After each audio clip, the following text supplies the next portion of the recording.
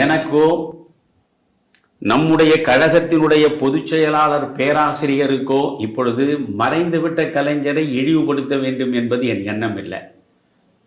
இறந்தவர்களுடைய கல்லறைகளை தோண்டி நாம் இரக்கமற்ற முறையில் அருவருப்பான மொழியில் அவர்களை அசிங்கப்படுத்துவது நம் எண்ணம் அல்ல.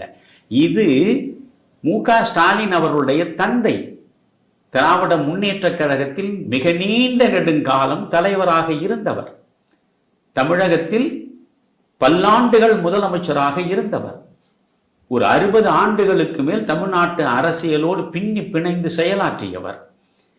இவர்களுடைய ஒரே மூச்சு என்பது இந்தி எதிர்ப்பு என்பது மாநில சுயாட்சி என்பது.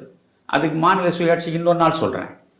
இந்த இந்தி எதிர்ப்பில் இவர்கள் எப்படி இருந்திருக்கிறார்கள் என்று சொல்வதற்காகத்தான் நாம் கலைஞரை அழைக்க வேண்டியிருக்கிறதே தவிர கலைஞரை கொச்சைப்படுத்துவது நம்முடைய நோக்கம் இல்லை.